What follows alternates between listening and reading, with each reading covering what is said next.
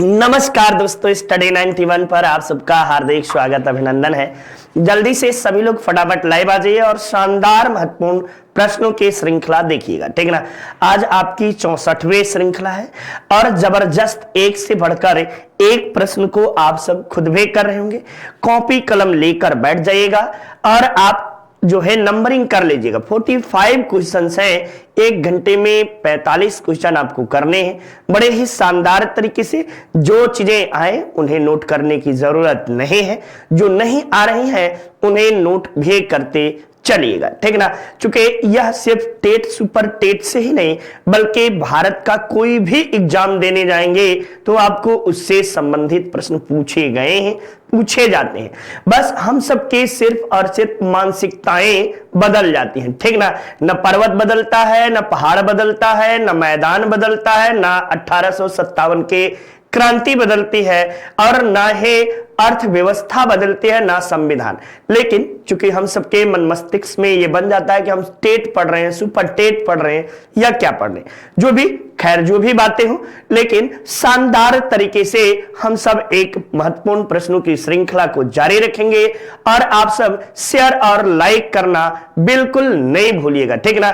तो आइए क्लास में जुड़िए मेरे साथ, अमरीश पांडे के साथ, और शानदार महत्वपूर्ण प्रश्नों के श्रृंखला को हल करिए। चलिए देखिए, पहला ही प्रश्न आप सबके सामने रहा। निम्न में से किसको आरबीसी का कब्रिस्तान कहा जाता है? क्या कोई कह सकता है कि यह ग्रुप डी में नहीं पूछा या सिविल में प्रश्न नहीं पूछा, सिर्फ आपको सुपर टेट में पूछेगा? ऐसी बातें नहीं है, लेकिन हम सबके मन मस्तिष्क में बन जाता है और वो चीजें पहले से जमा रहती हैं, ठीक। तो चलिए देखिए, आरबीसी का कब्रिस्तान किसे कहा जाता है? यकृत को, प्लीहा को, या मस्तिष्क को, या हृदय को? तो आरबीसी का निर्माण कहां होता है? निर्माण, कब्रिस्तान तो हम लोग देख लेते हैं, निर्माण इसका कहां होता है ये हमको बताइएगा। आरबीसी का निर्माण कहां होता है? तो अस्थि मज्जा में। कहां पे? अस्थि मज्जा में। अस्थि मज्जा में आपको जो है इसका निर्माण होता है। आरबीसी का जीवन काल की बात की जाए तो जीवन काल इसका 120 दिन होता है। 120 से आपको 124 दिन के भीतर इसका जीवन काल आपको माना जाता है, ठीक ना। साथ ही साथ आरबीसी का रंग रेड क्यों होता है? रंग लाल क्यों होता है? लाल, ठीक ना। रंग लाल क्यों होता है? तो हीमोग्लोबिन में उपस्थित आयरन के कारण, ठीक ना। हीमोग्लोबिन में उपस्थित आपको आयरन के कारण, उपस्थित लोहा के कारण या आयरन के कारण इसका रंग लाल दिखाई देता है। और ये कब्रिस्तान प्लीहा या इसे ही स्प्लीन के नाम से भी जानते हैं, ये इसका जो है कब्रिस्तान के रूप में हम सब जानते हैं, ठीक ना। ये कब्रिस्तान कहा जाता है आरबीसी का स्प्लीन या प्लीहा को। चलिए नेक्स्ट देखिए, बांग्लादेश की प्रधानमंत्री ने किस देश के बांग्लादेश में चटगांव बंदरगाह के उपयोग की पेशकश की है? यानी किस देश के साथ आपको बांग्लादेश के प्रधानमंत्री शेख हसीना जी के द्वारा आपको चटगांव जो है बंदरगाह के उपयोग की बातें की गई हैं? नेपाल, चीन, भूटान या भारत? तो बताइएगा कि भारत से उन्होंने पेश किया है, आपको जो है भारत से कहा है कि आप जो है इसका चटगांव बंदरगाह का उपयोग कर सकते हैं। और इसके लिए जो है कि ये जो भारत करेगा ब्रह्मपुत्र और बाराक नदी, ठीक ना। ब्रह्मपुत्र और बाराक नदी के सहारे जो है चटगांव जो है बंदरगाह पे जाया जा सकता है। ये बातें आप सबको पता है। नेक्स्ट देखिए, किस देश के शोधकर्ताओं ने चंद्रमा की मिट्टी पर पौधे उगाए जिसे पृथ्वी पर लाया गया था? यानी किस देश के? जापान के या चीन के, अमेरिका के या पाकिस्तान के? किस देश के द्वारा आपको उगाया गया है? तब बताएगा अमेरिका के वैज्ञानिकों के द्वारा, खासकर फ्लोरिडा विश्वविद्यालय, ठीक ना। फ्लोरिडा विश्वविद्यालय के शोधकर्ताओं द्वारा विश्वविद्यालय के शोधकर्ताओं द्वारा, ठीक ना, के शोधकर्ताओं द्वारा जो है कर्ताओं द्वारा यह पौधा उगाया गया है। ये महत्वपूर्ण बातें आप सबके लिए है। ठीक, तो एकदम शानदार तरीके से आप सब पढ़ते चलिए और जबरदस्त तैयारी अपनी जारी रखिए। नेक्स्ट देखिए, हाल ही में कौन सा देश जर्मनी को पछाड़कर, ये बार बार आज तीसरा दिन शायद दूसरी बार या तीसरी बार ये प्रश्न आप सबके सामने मैं जो इंपॉर्टेंट प्रश्न है उसे पर डे करंट के रूप में आप सबको करा रहा हूं। ऐसा नहीं कि करंट के क्लासेस आपको नहीं मिल रही हैं, ठीक ना, ये हमेशा नया अपडेट वर्जन है, ठीक ना। प्रधानमंत्री आपको जर्मनी को पछाड़कर चौथा सबसे बड़ा वाहन बाजार बना है, तो वह आपको देश कौन सा है, तो भारत है। ठीक, मैंने कल सारी बातें बताई कि पहले नंबर पे चीन है, दूसरे नंबर पे आपको जो है कि अमेरिका है, तीसरे नंबर पे जापान, यही कर लीजिए, जापान तीसरे नंबर पे है और भारत चौथे नंबर पे है। इसके साथ ही जो है जर्मनी पांचवें पे हो गया, ठीक ना, जर्मनी फिफ्थ नंबर पे आपको जर्मनी आ गया। तो इस तरह से आप सब देख सकते हैं कि भारत जो है विश्व का चौथा सबसे बड़ा बाजार जो है बन गया है वाहन उद्योग के लिए, यानी विश्व में चौथा सबसे बड़ा वाहन आपको जो है कि संख्या के मामले में भारत आ गया है।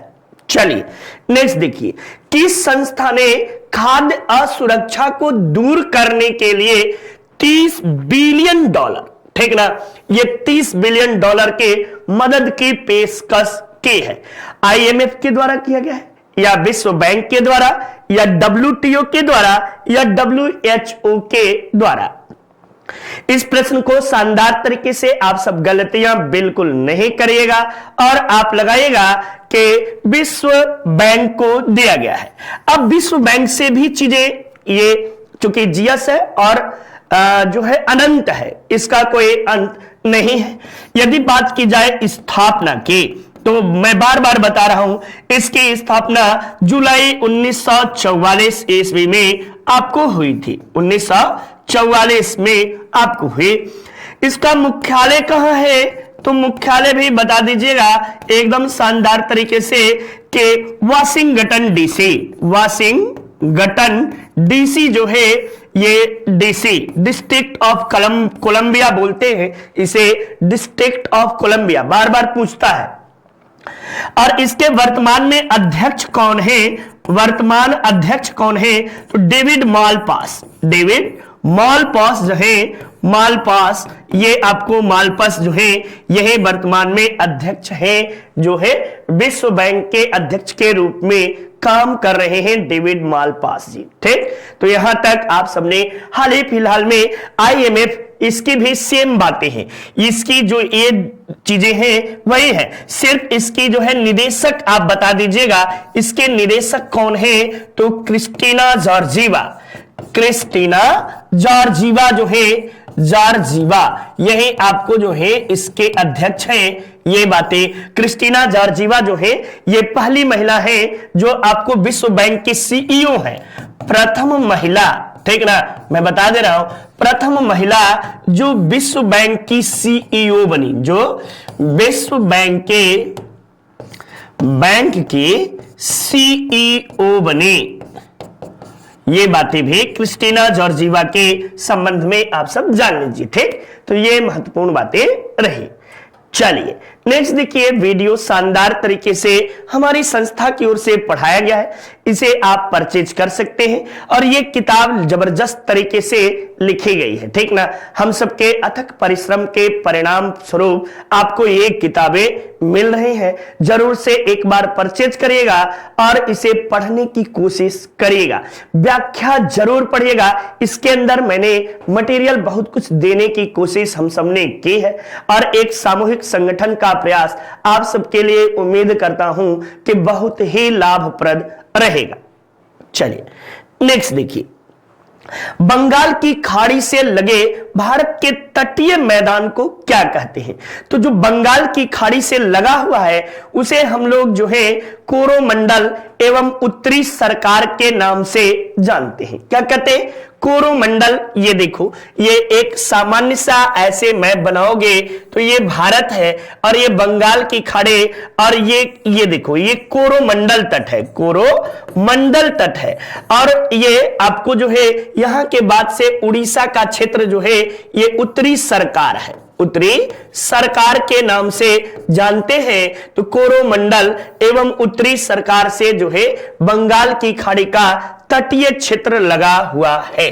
जबकि मालाबार देखोगे तो मालाबार तट ये है, ये क्या है? मालाबार तट, ठीक ना, मालाबार तट, ये केरल में मालाबार तट है। उत्तरी सरकार देख लिए, ये वाला क्षेत्र जो है ये कोंकण क्षेत्र है, ठीक ना, कोंकण क्षेत्र, कोंकण क्षेत्र जो है ये माना जाता है, ये मालाबार है और ये कोंकण, ठीक।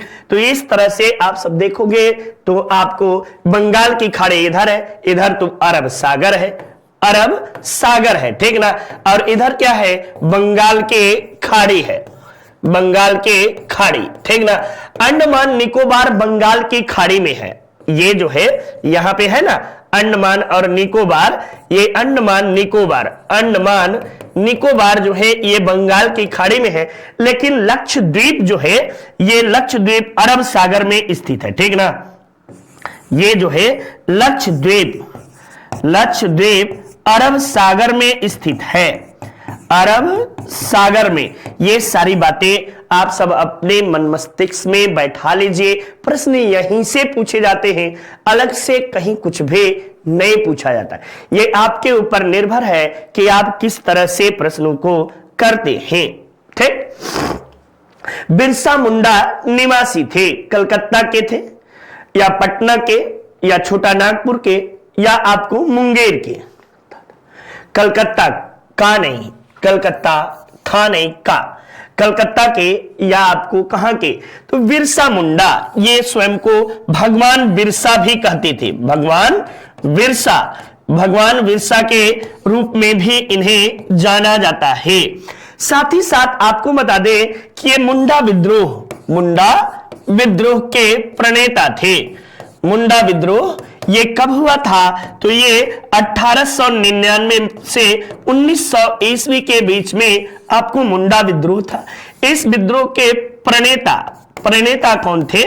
तो बिरसा मुंडा थे, ठीक ना, बिरसा मुंडा, बिरसा मुंडा साहब थे। और इन्होंने आपको मुंडा विद्रोह को उलगुलान, उलगुलान कहकर संबोधित किया। उलगुलान का अर्थ होता है महान हलचल, ठीक ना, महान हलचल, ये आपको इनके द्वारा कहा गया। बाद में आपको जो है कि 1900 ईस्वी में, जून 1900 ईस्वी में, जून 1900 ईस्वी में आपको जो है ईस्वी में अंग्रेजों द्वारा जहर देकर, कुछ लोग कहते हैं पेचिश के कारण, अंग्रेजों द्वारा जहर देकर आपको रांची कारावास में यानी रांची जेल में मार दिया गया, जेल में जहर देकर मार दिया गया, देकर अंग्रेजों द्वारा मारा गया, ठीक ना, मार दिया गया, मार दिया गया। ये महत्वपूर्ण बातें। और आप भी आज जाएंगे तो झारखंड जाएंगे तो ये छोटा नागपुर का क्षेत्र जो है, खासकर खुंटी के आसपास का क्षेत्र, रांची का क्षेत्र जो है मुंडा बहुलक क्षेत्र है। और इतना ही नहीं, आप सबको महत्वपूर्ण बातों में ये एक नारा दिए थे, नारा ये दिए थे, महारानी का साम्राज्य नष्ट हो और हमारा साम्राज्य स्थापित हो। इनके द्वारा जो है ये महत्वपूर्ण बातें कही गई थी, ठीक ना। तो एकदम शानदार तरीके से, यानी रानी का शासन खत्म हो और हमारा साम्राज्य स्थापित हो, ये नारा था। नारा जो था, रानी का शासन खत्म हो, खत्म हो और हमारा शासन, हमारा साम्राज्य स्थापित हो, साम्राज्य स्थापित हो। ये आपको जो है और कई महत्वपूर्ण, धरती को लाल कर दो, ऐसी चीजें इनके द्वारा कई महत्वपूर्ण बातें कही गई थी। भारत में प्रथम अंग्रेजी फैक्ट्री प्रारंभ हुई। तो सबको पता है कि 31 दिसंबर 1631 ईस्वी को, 31 दिसंबर 1600 ईस्वी को, ठीक ना, 1600 ईस्वी को ईस्ट इंडिया कंपनी की स्थापना हुई। ईस्ट इंडिया कंपनी, ठीक ना, कंपनी की स्थापना हुई। ये बातें आपको याद होना चाहिए। अब कंपनी ने भारत में व्यापार करने के लिए एक 15 वर्षीय एजेंडा प्रस्तुत किया, ठीक ना, 15 वर्ष के लिए। और ये इस तरह आप देखेंगे तो पहला कंपनी का जो है कि 1611 ईस्वी में प्रथम आपको जो है कि फैक्ट्री आपको मुसलीपट्टनम में स्थापित हुआ, ठीक ना, मुसलीपट्टनम में। लेकिन इसे पहली फैक्ट्री नहीं माना जाता, इसलिए नहीं माना जाता कि वैधानिक रूप से इसे अधिकार नहीं मिला था। तो वैधानिक रूप से 1612 ईस्वी में आपको जो है वैधानिक रूप से प्रथम फैक्ट्री स्थापित हुआ। प्रथम फैक्ट्री, ठीक ना, फैक्ट्री की स्थापना हुई। ये बातें तो हुई ही। ये पूछा जाता है कि जब ईस्ट इंडिया कंपनी की स्थापना हुई तो उस समय आपको भारत में किसका शासन था? तो इस समय भारत में शासन किसका था? तो भारत में शासन आपको जो है अकबर का था। याद रखे रहेगा, अकबर और महारानी एलिजाबेथ दोनों समकालीन हैं, समकक्ष हैं। महारानी एलिजाबेथ प्रथम। हाल ही में लोक मिलानी आपको योजना किस राज्य में शुरू हुआ है? तो जन साधारण की समस्याओं को सुनने के लिए पंजाब राज्य के द्वारा आपको पंजाब के मुख्यमंत्री भगवंत मान सिंह के द्वारा जो है लोक मिलानी योजना प्रारंभ किया गया है, ठीक ना। यानी आपको जनता दरबार या जनता की समस्या को सुनने के लिए, किसके लिए? भगवंत मान सिंह द्वारा ऐसी जनता की समस्या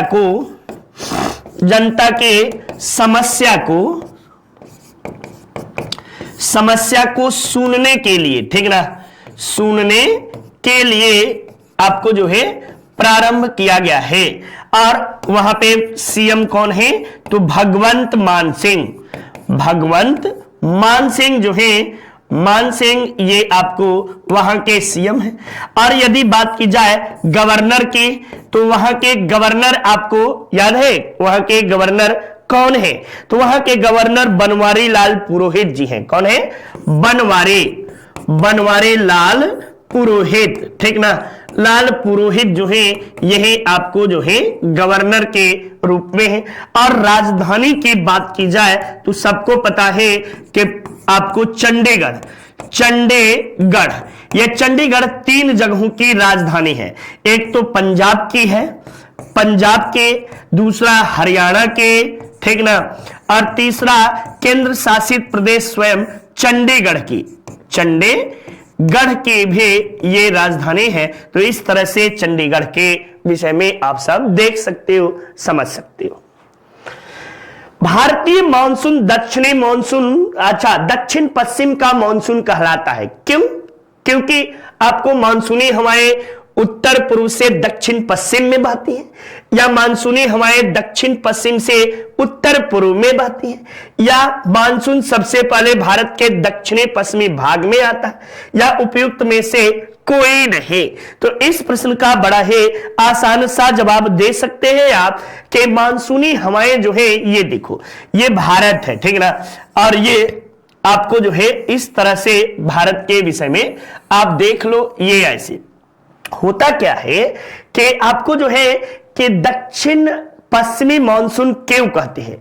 तो ये आपको बंगाल की खाड़ी से नीचे नीचे दाब बनाते हुए हवाएं ऐसे आपको प्रवेश करती हैं और केरल पर आकर ये एकाएक अपने इस क्षेत्र में आते हैं अपने रुख को बदल देती हैं, इधर से गर्म इधर से भी, और ये दाब जो है इधर की ओर फिर पुनः बना देता है, यानी हिंद महासागर से आई और फिर आपको बंगाल की खाड़ी में दाव बनाती हैं और ये फिर ऊपर की ओर जो है मुड़ जाती हैं।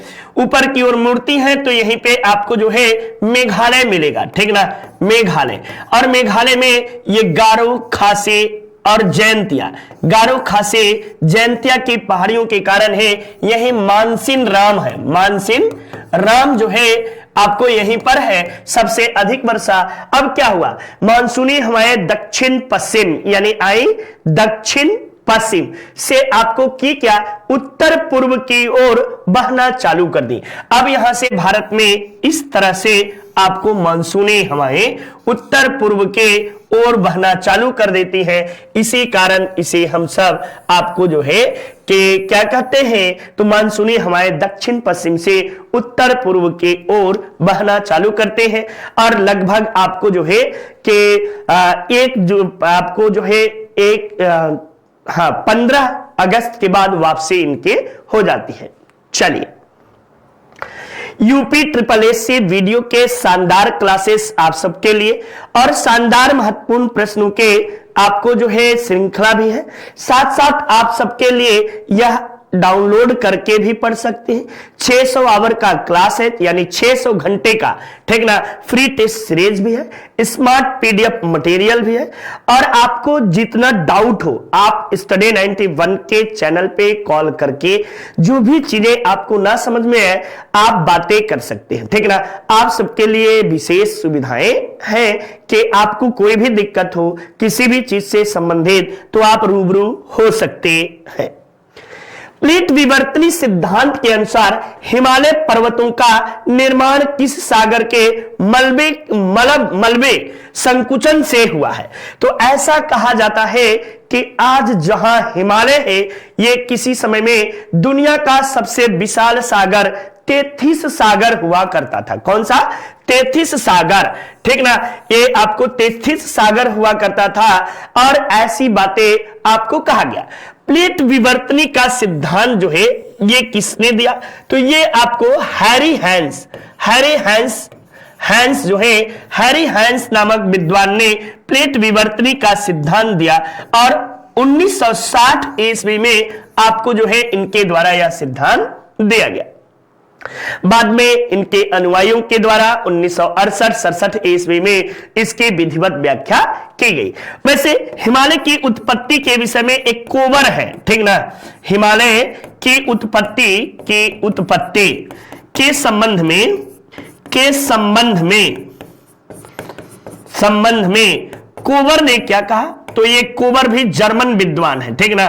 कोवर द्वारा कहा गया कि ये भूसन्नी सिद्धांत है। भूसन्नी के कारण यानी भूसन्नी के कारण जो है हिमालय का निर्माण हुआ है। ऐसा हुआ कि जब सृष्टि का निर्माण काल चल रहा था तो उस समय आपको कहीं न कहीं एक विशाल सागर और एक विशाल जो है कि पेंजिया युग जो था, इस युग में ये एक पेंजियन युग में आपको जबरदस्त बारिश होती। तो जितने मलबे धीरे धीरे शांत हो रहे थे वो धीरे धीरे सागर में जाकर बैठ रहे थे और बैठते जब आपको प्लेट विवर्तनी का सिद्धांत दबाव बनाया तो इस धीरे धीरे ठंडा हुआ। तो दबाव के कारण ये क्या हुआ, जैसे ये गुब्बारा देखते हैं ना, गुब्बारा को जहीं से दबाएंगे तो वहां निकल जाता है, ऊपर की ओर निकलता है। तो ठीक उसी तरह ये कहा गया कि प्लेट विवर्तनी के सिद्धांत के फलस्वरूप हिमालय का निर्माण हुआ, ये ऊपर की ओर उठ गया। और आज भी इसी कारण हिमालय जो है सबसे अधिक खतरनाक भूकंपीय जोन के अंतर्गत भी आता है। असहयोग आंदोलन का निर्णय भारतीय राष्ट्रीय कांग्रेस के किस अधिवेशन में लिया गया? तो असहयोग आंदोलन का निर्णय जो है ये आपको 1920 ईस्वी में आपको जो है 1 अगस्त 1920 में असहयोग आंदोलन शुरू हुआ, ठीक ना। इसके नेता कौन थे? तो महात्मा गांधी के नेतृत्व में, यानी गांधी जी के नेतृत्व में यह शुरू हुआ और ये गांधी जी का प्रथम जन आंदोलन था, ठीक ना। गांधी जी का प्रथम जन आंदोलन था, जन आंदोलन। इसी के शुरू के समय बीजी तिलक की मृत्यु भी हो गई थी और इसका घोषणा आपको नागपुर अधिवेशन में हुई थी और नागपुर अधिवेशन जो है ये 28 से 31 दिसंबर के बीच चली थी। 31 दिसंबर 1920 में आपको हुआ था, जिसकी अध्यक्षता बी राघवाचारी, अध्यक्षता किसने किया था?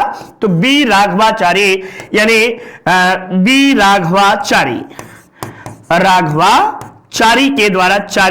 के द्वारा किया गया था, या राघवाचार्य। आपको जो है विजय राघवाचार्य भी आपको मिलेगा, बी राघवाचारी, ठीक ना।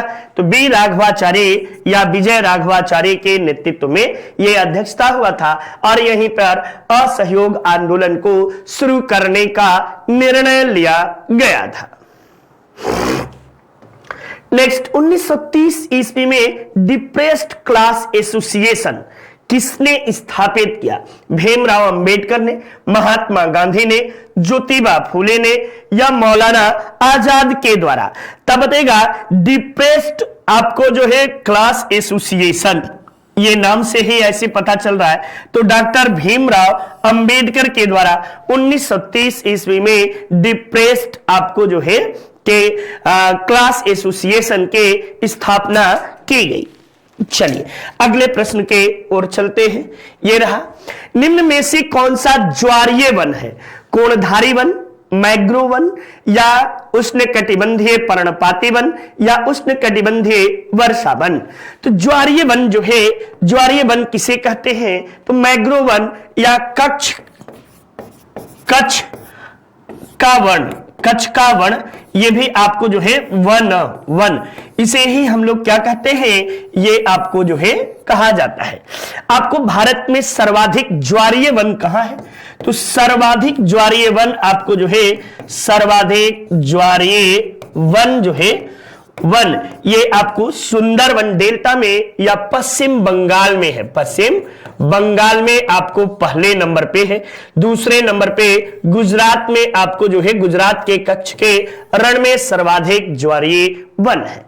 ज्वारीय वन की खास बातें ये होती है कि इसकी जड़ें जो होती है मूसला आकार की होती हैं, यानी आप मक्का वाला देखते हैं ना, इस तरह के मूसला आकार, और ये आपको इस तरह से ऊपर से पौधे के ऊपर से आकर पकड़ लेती है और लंबे समय तक आपको जो है ये सड़ती गलती नहीं है, आपको जो है इस यहां पे, ठीक।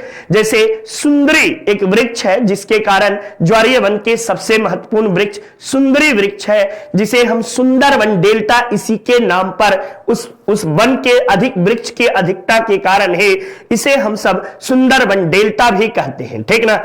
और दुनिया का सुंदर वन डेल्टा सबसे बड़ा डेल्टा माना जाता है। बंगाल में नील विद्रोह कब हुआ? मार्च 1959 में या 1857 में या अप्रैल 1776 में या आपको मार्च 1880 ईस्वी में? तो नील विद्रोह बच्चा ये आपको कब शुरू हुआ?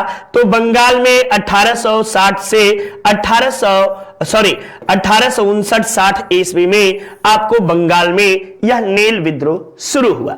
अब इससे कई प्रश्न आप सबके सामने पूछा गया है, जैसे इसके नेता कौन थे? तो दिगंबर विश्वास जो थे और विष्णु विश्वास एवं विष्णु विश्वास जो थे, ये आपको इसके नेता थे। विश्वास, ठीक ना, ये इसके नेता माने जाते हैं, दिगंबर विश्वास और विष्णु विश्वास, ठीक। ये प्रमुख बातें रही। अब यहीं पे इस आंदोलन का समर्थन किसने किया? समर्थन किसने किया तब बताएगा हिंदू पेट्रियट के संपादक हरिश्चंद्र मुखर्जी। हिंदू पेट्रियट के संपादक हरिश्चंद्र मुखर्जी, ठीक ना, पादक हरिश्चंद्र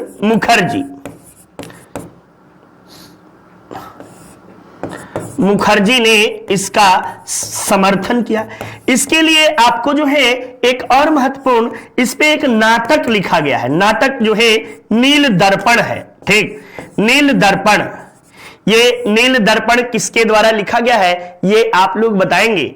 दीनबंधु मित्र, बंधु मित्र के द्वारा लिखा गया है, ठीक ना। चलिए, और ये आपको जो है 1857 की क्रांति के बाद होने वाला प्रथम विद्रोह माना जाता है। यह विद्रोह आखिर कहां हुआ था, तो बंगाल में हुआ था। और इसे दबाया किसने था, यानी दमन करता कौन था, तो आप लॉर्ड कैनिंग उस समय आपको भारत का वायसराय थे और लॉर्ड कैनिंग के कार्यकाल में ही इसका दमन किया गया था। उम्मीद करते हैं कि किसी को जो भी चीजें गलतियां इससे बाहर आपको कहीं पूछा ही नहीं है, ये मेरा वादा है कि इसके बाहर सिविल में भी नहीं पूछा गया है बाबू, ठीक। राजस्व लेखपाल शानदार तरीके से हमारी संस्था की ओर से पढ़ाया गया है, आप इसे परचेज कर सकते हैं और आपके सुनहरे भविष्य में ये काफी सहायक भी सिद्ध होगा। शेर शाह ने हुमायूं को परास्त किया था, तो शेर शाह ने हुमायूं को 2 युद्धों में परास्त किया। एक तो आपको चौसा का युद्ध में परास्त किया और दूसरा आपको जो है बिलग्राम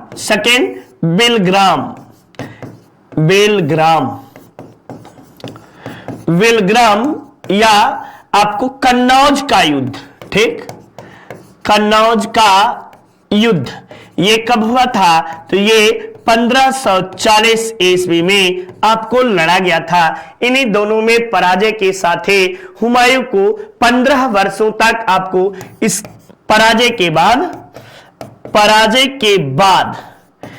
बाद सूरवंश के स्थापना हुई। शेर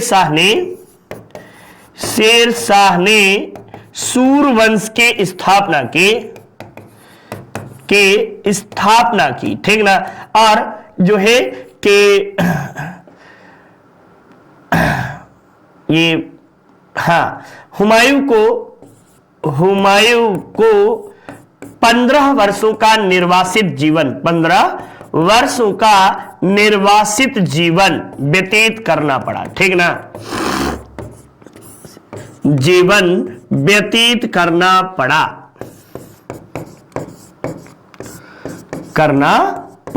ये बातें आप सबको पता है। शेरशाह सूरी, इसका मकबरा कहां है, तो रोहतास में शेरशाह सूरी का मकबरा है। शेरशाह की बातें की जाए तो इसका शासनकाल भी आप सब देख सकते हैं। इसका शासनकाल जो है ये कब से कब तक है, तो 1540 से लेकर 45 ईस्वी तक आपको इसका शासनकाल माना जाता है। मात्र 5 वर्षों तक रहा, लेकिन ऐसा कहा जाता है कि इसके शासनकाल में सड़कें और सराएं हृदय के धमनियां थी, ठीक ना। बड़ा ही महान कुशल शासक हुआ, लेकिन आपको कालिंजर के दुर्ग पर अधिकार करते समय वहीं से एक जो है कि आग्नेय शास्त्र जिसे हम लोग कहते हैं तोप कह लो, वो गोले दाग रहा था और उसी से आपको छटक कर लग गया और वहीं पे इसके प्राण कुछ दिनों बाद मृत्यु हो जाती है, ठीक।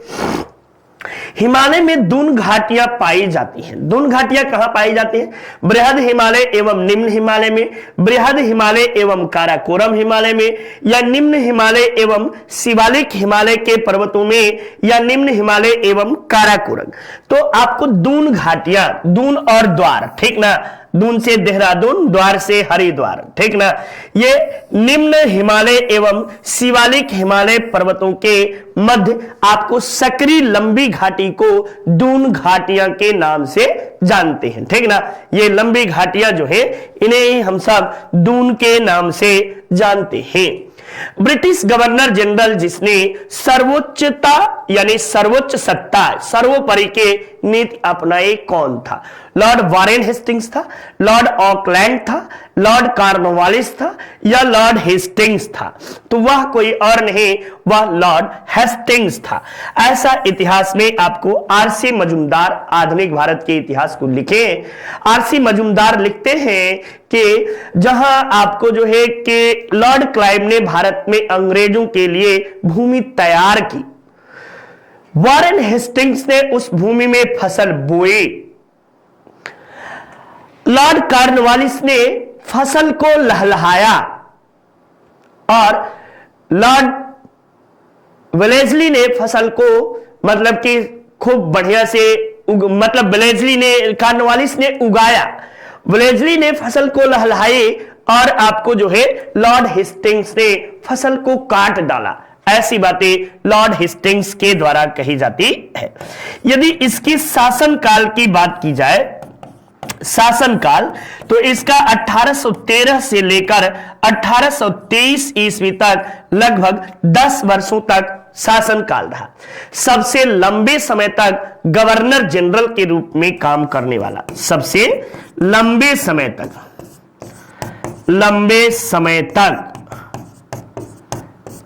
गवर्नर जनरल के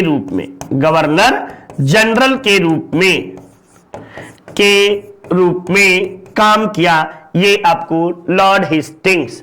इसके समय में ही आपको आंग्ल नेपाल युद्ध हुआ, आंग्ल नेपाल युद्ध। इसी के समय मैल्कम के द्वारा पिंडारियों का दमन, ये महत्वपूर्ण बातें आप सबके लिए हुआ। इसी के समय जो है कि अंतिम आंग्ल मराठा युद्ध, यानी भारत में मराठों का साम्राज्य जो है ये समाप्त करने का कार्य ये इसी के द्वारा आपको जो है 1816 ईस्वी में आपको जो है संगौली की संधि, ठीक ना, संगौली के संधि इसने की थी नेपाल के साथ। तो ये महत्वपूर्ण बातें रही। चलिए अगले प्रश्न के ओर चलते हैं। भारत में प्रथम सूती कपड़ा मिल स्थापित हुआ कब? 1700 ईस्वी में, मुर्शिदाबाद में आपको जो है कि 1765 में, या अहमदाबाद में 1919 में, या बंबई में 1954 ईस्वी में। तो देखो भारत में प्रथम सूती मिल यानी कपड़ा मिल के स्थापना कब हुई? तो इसकी स्थापना जो है ये आपको जो है 1818 ईस्वी में आपको फोर्ट ग्लोस्टर, ये आपको पश्चिम बंगाल में है, पश्चिम बंगाल में आपको जो है स्थापित हुआ। लेकिन ये क्या हुआ? असफल रहा, ठीक ना, असफल रहा। आगे चलकर आपको बंबई में 1854 ईस्वी में आपको पहला सफल कारखाना स्थापित हुआ, जिसके C.N.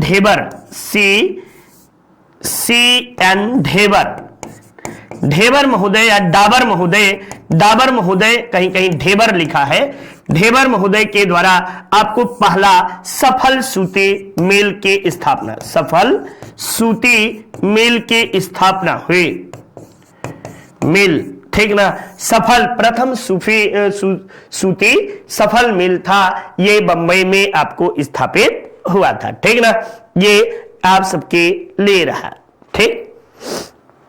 Bombay spring and winning company के द्वारा आपको यह स्थापित हुआ था। चौहान शासक जिसने मोहम्मद गोरी को 1191 में पराजित किया था। अजय राज थे, अर्णव राज थे, पृथ्वीराज तृतीय थे या हरिराज थे। तो ये सारे प्रश्न बड़े ही आसान हैं। ये इन प्रश्नों को आप दे सकते हो। पृथ्वीराज तृतीय, इन्हें ही राय पिथौरा भी कहते हैं, राय पिथौरा के नाम से जाना जाता है। यदि बात की जाए इनके शासनकाल के, तो इनका शासनकाल जो है 1178 से आप जोड़ सकते हैं 1192 ईस्वी तक हुआ। ये आपको 1191 में तराइन का प्रथम युद्ध लड़ा गया और इसमें विजयी हुए, और 1192 के तराइन के द्वितीय युद्ध में पराजित हुए। तराइन के द्वितीय युद्ध में गौरी से पराजित हुए, ठीक ना, गौरी से पराजित हुए। और इस तरह भारत में अंग्रेजी सत्ता, मुस्लिम सत्ता के स्थापना हुए। ये आपको जो है पृथ्वीराज तृतीय थे, कोई और नहीं था। हिंदी इंडिविजुअल शानदार तरीके से आप सबने पढ़ा और आगे भी इसे ध्यानपूर्वक पढ़ते चलेगा। अल नीनो क्या है? तो ये आपको हिंद महासागर की एक गर्म जलधारा है, हिंद महासागर के आपको एक गर्म हवा है, या आपको हिंद प्रशांत महासागर की एक गर्म धारा है। तो दक्षिणी प्रशांत महासागर के आपको एक गर्म जलधारा है। क्या है? El Nino. ये दक्षिणी प्रशांत महासागर की एक गर्म जलधारा है अल नीनो। ठीक ना? यहां तक आप सबने अल नीनो के प्रभाव से ही भारत में सूखा जो पड़ता है अल नीनो के कारण ही होता है। 1780 ईस्वी में प्रारंभ किए गए बंगाल गजट साप्ताहिक पत्रिका, ये बंगाल गजट जो है ये आपको अंग्रेजी में प्रकाशित होता था, अंग्रेजी में, ठीक ना, अंग्रेजी में प्रकाशन होता था। ये भारत का प्रथम समाचार पत्र था, भारत का प्रथम समाचार पत्र, ठीक ना, प्रथम समाचार पत्र ये, और जेम्स अगस्ता हिक्की के द्वारा इसका प्रकाशन किया गया था। किसके द्वारा? James Augusta Hicky. किसके समय में? तो लॉर्ड आपको वारेन हेस्टिंग्स के समय में, वारेन हेस्टिंग्स के समय में आपको इसके शुरुआत की गई थी। ये महत्वपूर्ण बातें आप सबके लिए रहा। मुद्रास्फीति क्या होती है? मुद्रास्फीति सीधी सीधी बात समझिएगा, मुद्रास्फीति कहते किसको है? तो जब मनी की मात्रा में यानी रुपए या पैसे की मात्रा में आपको जो है बहुलता आ जाए, बहुत अधिक पैसा आ जाए और वस्तु की मांग जो है बढ़ जाए, ठीक ना, यानी वस्तु का उत्पादन नहीं हुआ है और उसकी मांग में तेजी आ जाए, तो उसे ही हम लोग क्या कहते हैं? मुद्रास्फीति के नाम से जानते हैं। तो अब यहां पे यानी मुद्रा निर्गमन में आपको क्या हो जाए? वृद्धि हो जाए कि कमी हो जाए? कोई बताएगा? तो मुद्रा निर्गमन में वृद्धि हो जाए भाई, वृद्धि होगी तभी तो जाने वाली मुद्रा, यानी कह सकते हो कि मुद्रास्फीति में होता क्या है?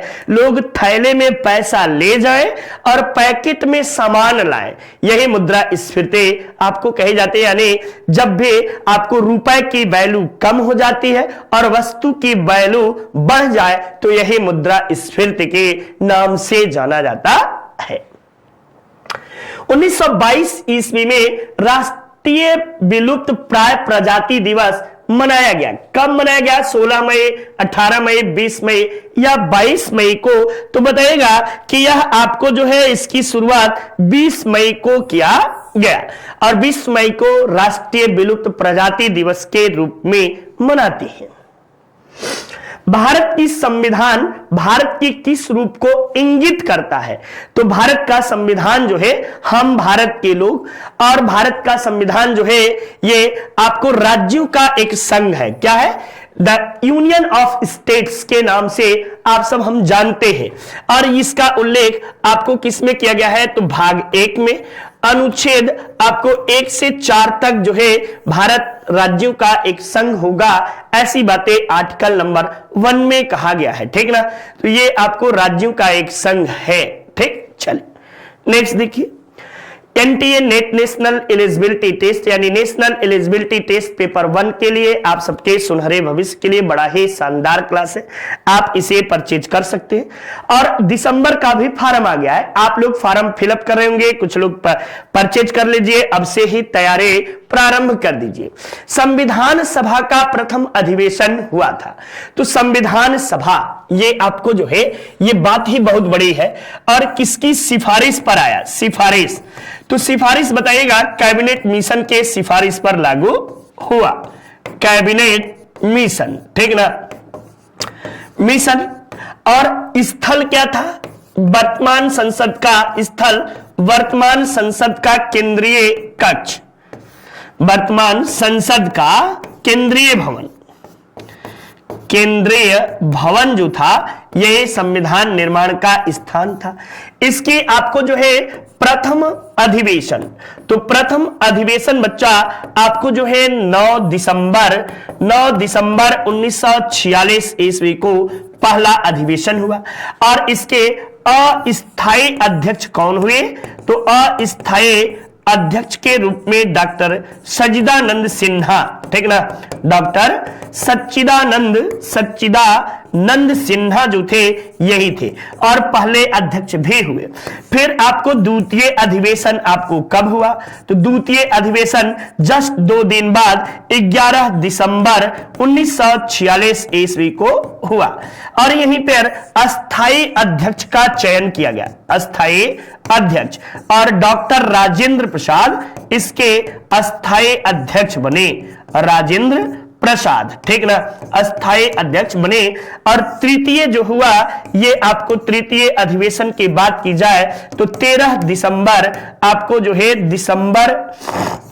दिसंबर 1946 ईस्वी को आपको हुआ और इसी के समय पंडित नेहरू के द्वारा 8 सूत्रीय प्रस्ताव प्रस्तुत किया गया।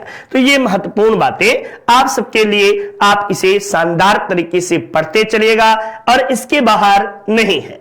बांग्लादेश का पहला पेशेवर अंतरराष्ट्रीय मुक्केबाजी टूर्नामेंट मई 2022 में किस शहर में आयोजित किया गया, तो ये बांग्लादेश में हो रहा है, तो बांग्लादेश की शहर ढाका में होगा भैया। और किस देश में आपको आयोजित होगा, बांग्लादेश के ढाका में आयोजित किया। इसमें कुल 14 मुक्केबाजों ने भाग लिया है, ठीक। तो चलिए नेक्स्ट देखिए, भारत ने 21-22 में कितने बिलियन अमेरिकी डॉलर का उच्चतम वार्षिक प्रत्यक्ष विदेशी निवेश दर्ज किया है, तो ये आपको जो है कि अभी विदेशी निवेश के मामले में पहले स्थान पर जो है ये कौन सा देश है, तो सिंगापुर पहले पे है, अमेरिका दूसरे पे है और मॉरिशस जो है ये आपको तीसरे स्थान पर है। तो भारत में कुल कितना निवेश हुआ है, तो आप बता सकते हैं कि भारत ने आपको जो है 83.57% निवेश किया गया है, ठीक ना, 83.57% प्रत्यक्ष यानी डायरेक्ट एफडीआई जो है भारत में निवेश हुई है। अधिकार को कानूनी रूप से अधिकार को कानूनी अधिकार के रूप में तो है लेकिन संवैधानिक अधिकार के रूप में नहीं है। तो कानूनी अधिकार के रूप में है, संवैधानिक अधिकार के रूप में नहीं है। तो वह आपको कौन सा अधिकार है, आबाद भ्रमण की स्वतंत्रता, संपत्ति का अधिकार, शोषण के विरुद्ध अधिकार या अल्पसंख्यक वर्गों को शैक्षणिक संस्थाओं के स्थापना का अधिकार। तब बताएगा संपत्ति का अधिकार जो है अब कानूनी अधिकार है और ये किसके तहत, तो 44वें संविधान संशोधन के तहत, संविधान संशोधन के तहत अब यह कानूनी अधिकार है। ये आपको जो है कि किसमें है, तो अनुच्छेद 300 में अध्याय 12 में इसे शामिल कर लिया गया है। अध्याय 12 में आपको है, इसके पहले यह मौलिक अधिकार था, प्रारंभ में यह मौलिक अधिकार था, ठीक ना, प्रारंभ में मौलिक अधिकार था, ठीक, मौलिक अधिकार के रूप में था और आर्टिकल नंबर आपको 30 में वर्णित है, अनुच्छेद 30 में था और 30 को हटा दिया गया है, ठीक, सॉरी 30 नहीं 31।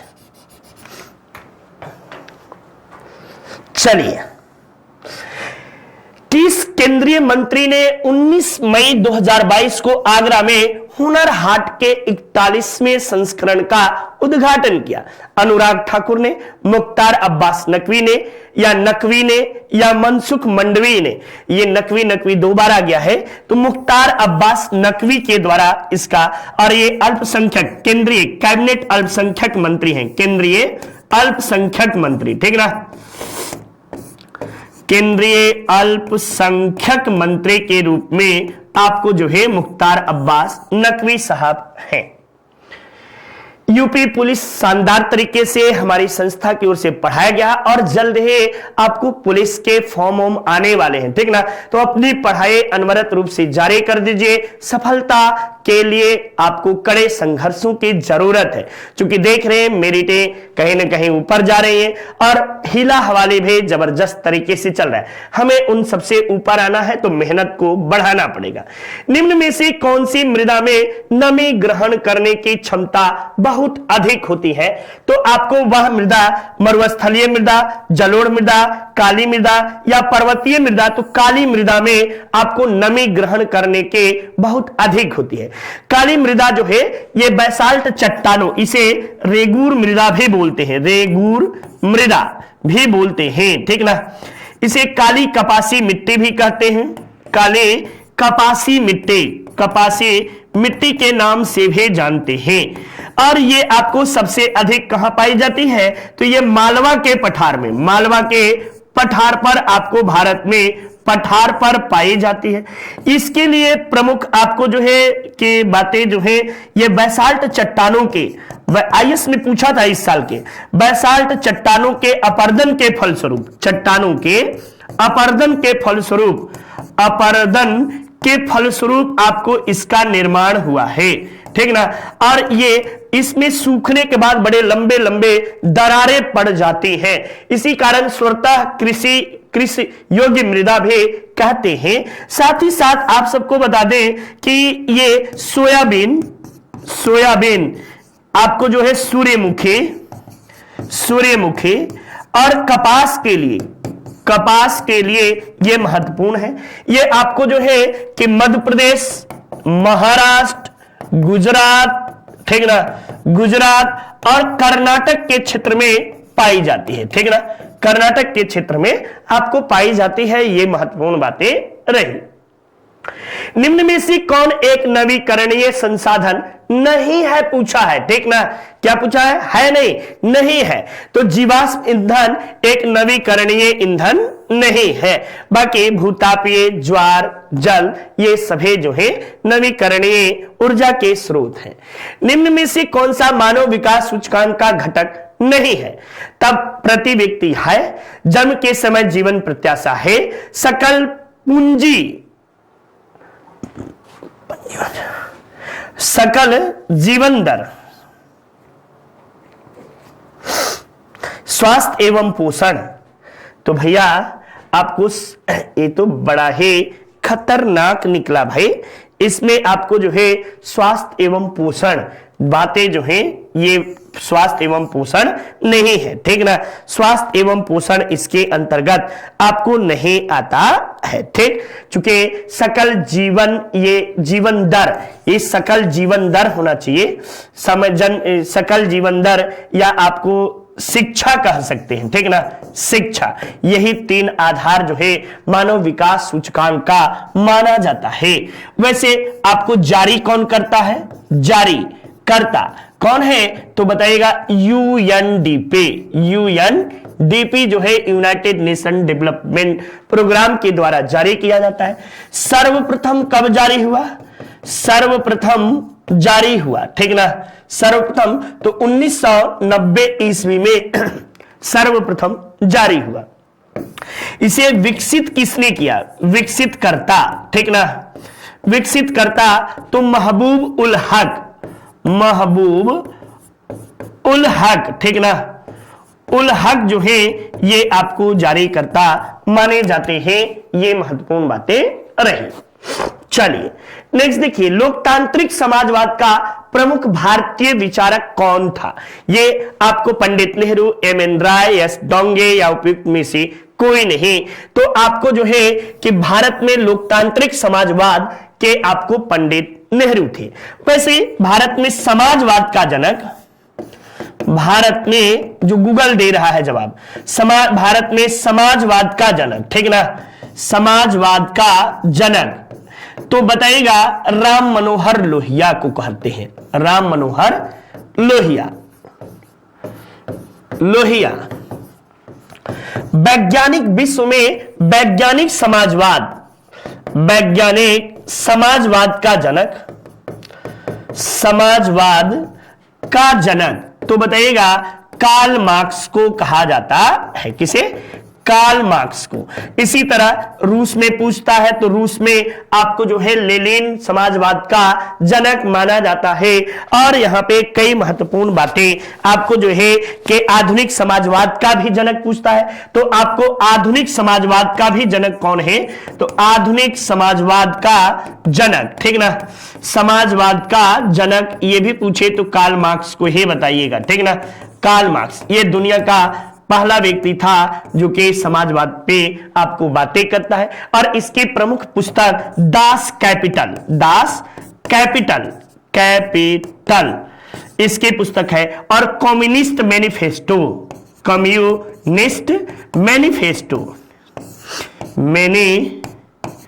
मैनिफेस्टो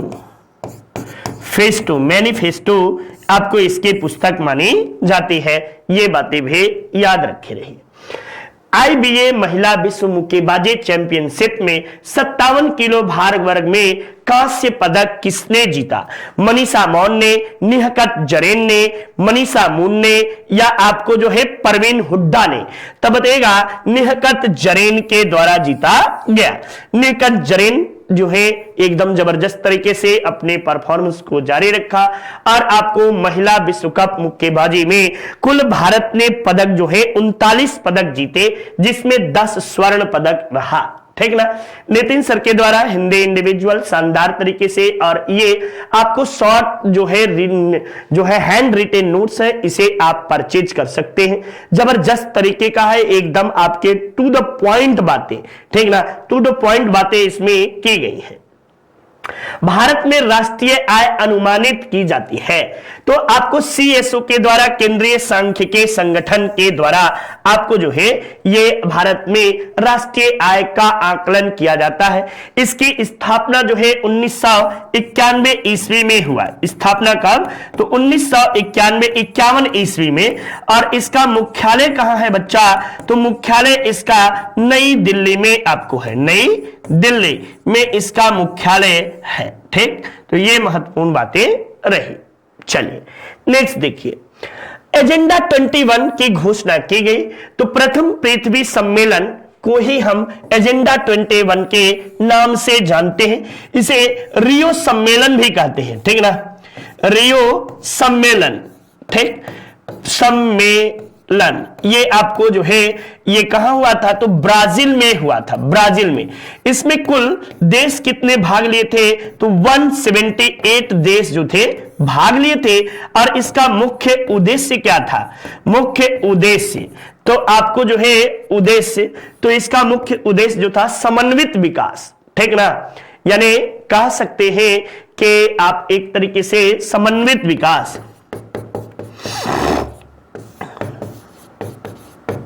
विकास की बातें आपको जो है इसके अंतर्गत किया गया है। ये महत्वपूर्ण बातें रही। राज्यसभा के लिए 1/3 सदस्य पद मुक्त होते हैं तो राज्यसभा जो है ये आपको स्थायी सदन है। कैसा है? स्थायी सदन है। ठीक ना। और इसमें सदस्यों की संख्या अधिकतम कितनी हो सकती है? तो अधिकतम 250 हो सकती है। वर्तमान में कितने हैं? तो वर्तमान में आपको 245 है। इसे स्थायी सदन, बौद्धिक सदन, बौद्धिक सदन भी कहते हैं। इसे भंग न होने वाला सदन, भंग न होने वाला सदन भी बोला जाता है। ठीक ना, सदन भी बोलते हैं। और ये आपको प्रत्येक 2 वर्ष के उपरांत जो है 1/3 सदस्य अवकाश ग्रहण करते हैं। ठीक ना, ये आपको जिसमें 12 सदस्य जो है अनुच्छेद 80(1), अनुच्छेद 80 क के तहत 12 सदस्य जो हैं इनका चयन कौन करता है? तो राष्ट्रपति के द्वारा किया जाता है। राष्ट्रपति द्वारा 12 सदस्य चयनित होते हैं। ये सारी बातें रही। चलिए अगले प्रश्न की ओर चलते हैं। भारतीय संविधान के निर्माण को किस भारतीय शासन अधिनियम से सर्वाधिक लिया गया है? तो 1935 के अधिनियम से भारत का संविधान सर्वाधिक लिया गया है। चलिए अगले प्रश्न में ये रहा, भारत में वित्त आयोग है तो वित्त आयोग जो है ये एक स्वायत्त संस्था है, संवैधानिक संस्था है भैया, ये संवैधानिक संस्था है। और आपको इसका उल्लेख किसमें है? तो उल्लेख आपको जो है अनुच्छेद 80 में किया गया है, अनुच्छेद 280 में किया गया है।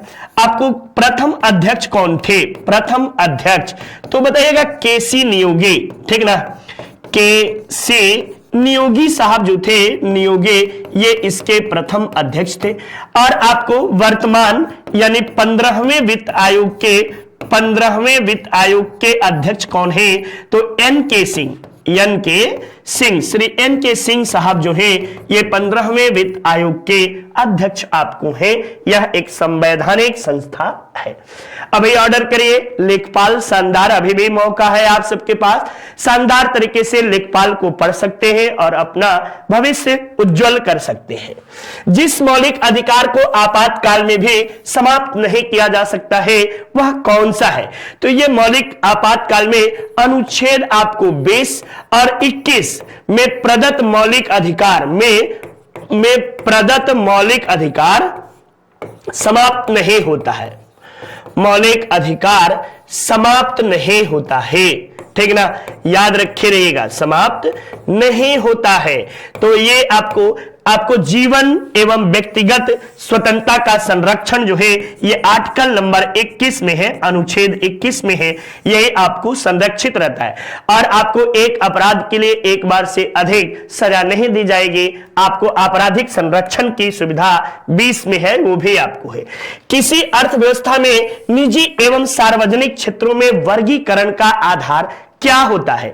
तो वर्गीकरण का आधार कौन सा निजी है, कौन सा स्वामित्व है, आपको सरकारी सार्वजनिक है, यानी पब्लिक और प्राइवेट की बातें करते हैं तो उद्यमिता का स्वामित्व के ऊपर, यानी सार्वजनिक क्षेत्र में जो होगा सरकार का होगा, ठीक ना, सरकार का वर्चस्व होगा। और जो होगा आपको जो है निजी क्षेत्र में आपको किसका होगा? तो निजी लोगों का यानी प्राइवेट लोगों का होगा, ठीक ना। जैसे आपको NTPC, NTPC, आपको जो है BPCL, आपको जो है ONGC, ये सभी आपको सरकारी हैं। वहीं अंबानी, अडानी, ठीक ना, आपको टाटा, बिड़ला, डालमिया, ये सब निजी स्वामित्व की कंपनियां हैं। नेक्स्ट, वास्तविक राष्ट्रीय आय में वृद्धि होती है जब क्या होती है? आवश्यक वस्तुओं की कीमत बढ़ जाती है, लोगों की बचतें बढ़ जाती हैं, अर्थव्यवस्था में मुद्रा की पूर्ति बढ़ जाती है, या अर्थव्यवस्था में कुल उत्पादन बढ़ जाता है। तो बताइएगा कि अर्थव्यवस्था में जब कुल मुद्रा का उत्पादन बढ़ जाता है तो राष्ट्रीय आय में वृद्धि हो जाती है। और राष्ट्रीय आय गणना का सबसे अच्छा माध्यम प्रति व्यक्ति आय ही है। हमारे शरीर में रोग प्रतिरक्षा का कार्य कौन करता है? तो आपको WBC रोग प्रतिरक्षा के रूप में काम करता है, जिसे आपको जो है व्हाइट ब्लड कॉर्पस के नाम से भी जाना जाता है। इसकी जीवन काल की बात की जाए तो किताबों में कहीं कहीं 12 दिन दिया है, लेकिन इसका जीवन काल मैक्सिमम 4 दिन का आपको होता है, ठीक ना। और इसकी अधिकता से ल्यूकीमिया यानी रक्त कैंसर नामक बीमारी होती है। अनुवांशिकता का मूल शारीरिक और क्रियात्मक इकाई क्या है?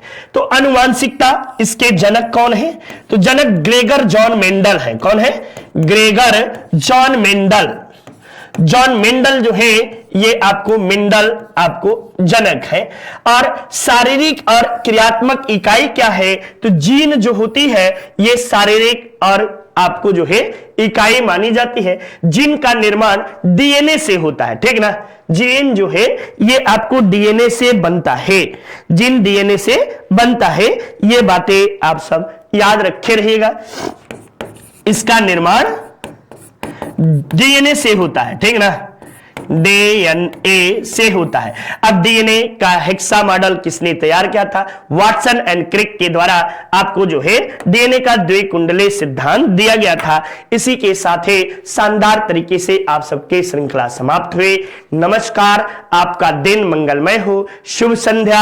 आप सब एकदम शानदार तरीके से पढ़ते रहिए, यही उम्मीद आप सबसे करता हूं और आपके उज्जवल भविष्य की कामना करता हूं। जय हिंद, जय भारत।